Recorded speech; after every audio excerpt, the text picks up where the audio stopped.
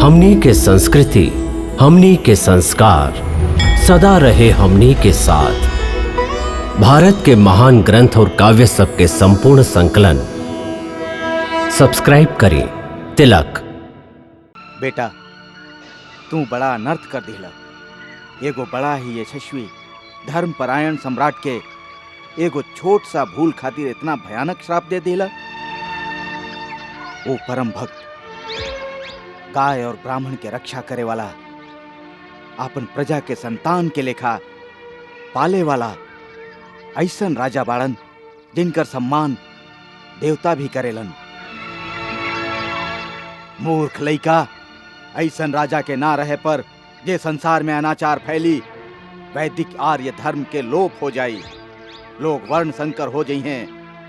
ए पाप में तोहार भी भाग गिनल जाई। तू ये सब सोचले बिना श्राप देके ये सिद्ध कर देला कि कच्चा बुद्धि वाला के ज्यादा शक्ति ना देवे के चाहिए।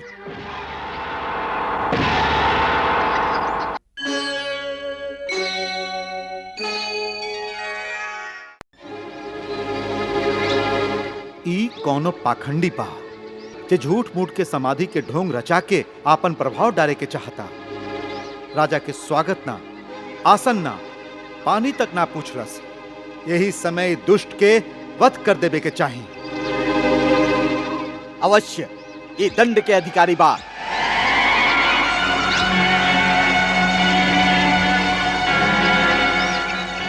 बाकी राजा पूर्व संस्कार के कारण अपना आप के ओ पाप से रोक लिहलन।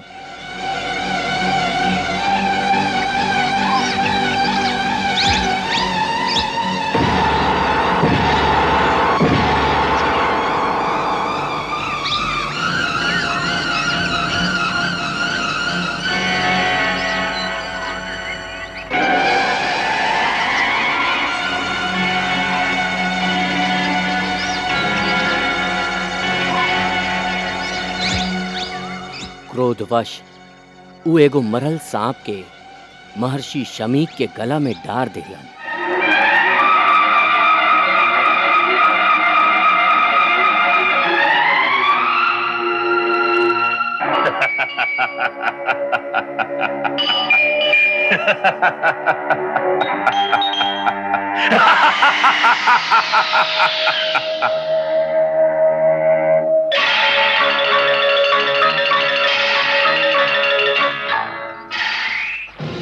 ऊ शमीक ऋषि के बेटा श्रृंगी बड़ा तेजस्वी बालक रहे।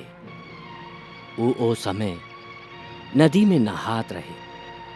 दूसर ऋषि कुमार उहमे जाके ओकरा सगरे बात बता दिलन कि किह तरह एगो राजा ओकर पिता के तिरस्कार कैले बाड़ा।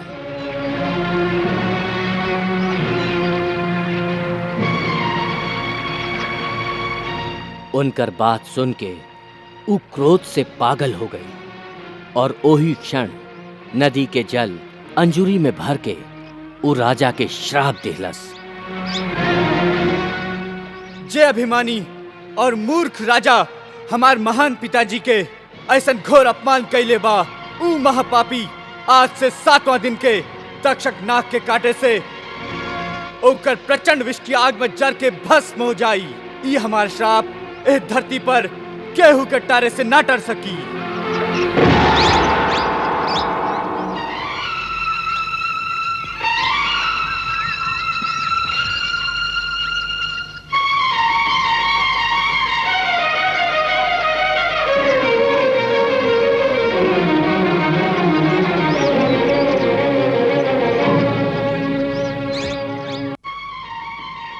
ई मजाक हमरा साथे के कैलस?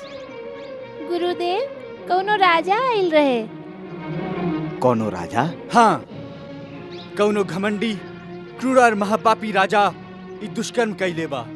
बाकी ऊ एकर दंड जरूर भोगी। हम ओकरा के भयंकर श्राप दिले हई। श्राप? हाँ पिताजी, आपके जे अपमान करी ओह पाप के दंड जरूर पाई।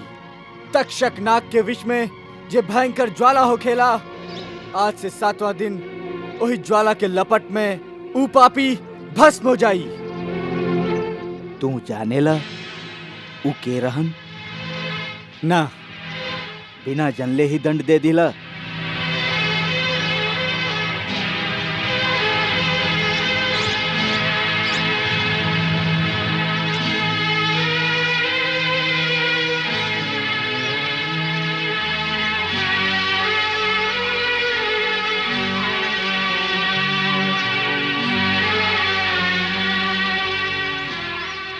बेटा, तू बड़ा अनर्थ कर दिला।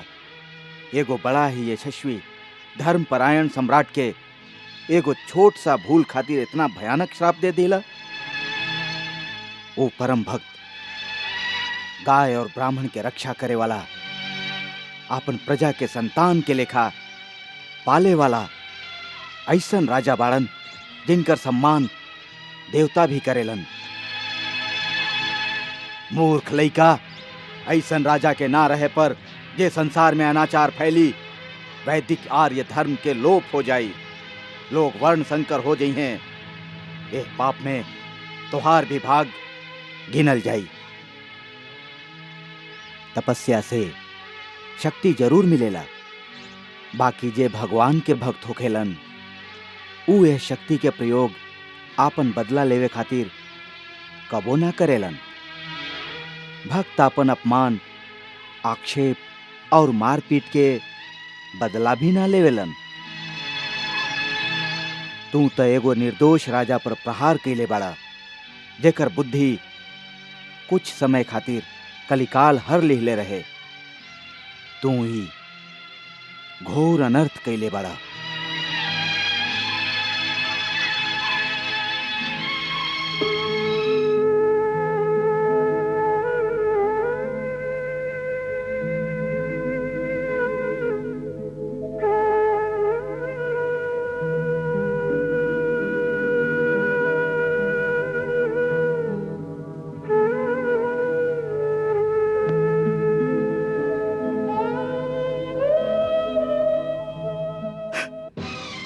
अरे ई का कर देली हम?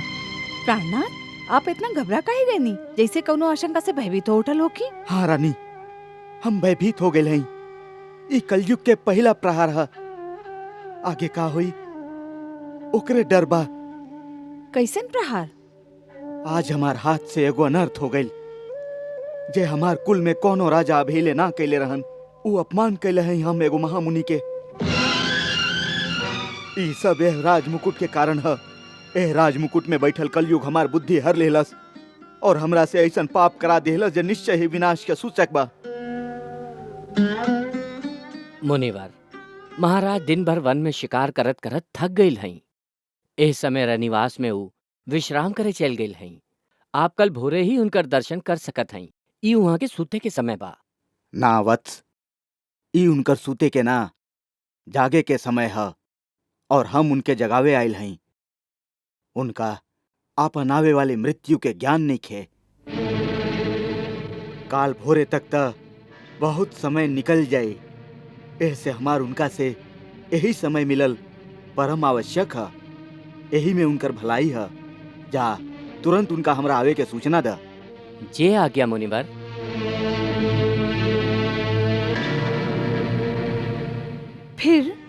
फिर का ई सोना के बोझ माथा से उतरल है तो पवित्र बुद्धि जागल है। हम एकरा खातिर कड़ा दंड के अधिकारी हैं। यदि आप उनका पास जाके क्षमा मांग ले तो वो आपके जरूर क्षमा कर दी हैं। वो क्षमा करें या ना करें, हमारे वो अपराधी के लेखा उनकर श्री चरण में गई जरूरी है। हम भोरे भोरे जाइब। महाराज के जय होखे।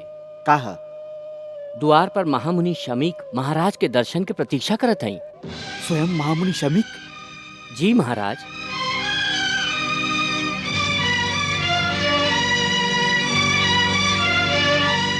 का वो क्रोध में बाड़न?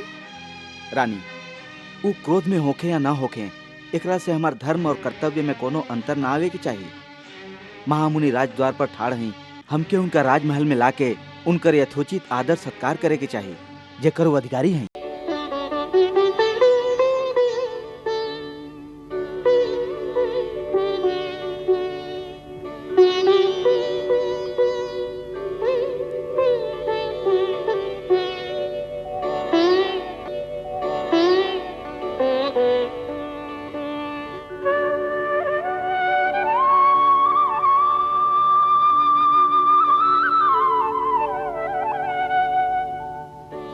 महाराज, आपके आगमन से राजमहल पवित्र हो गई।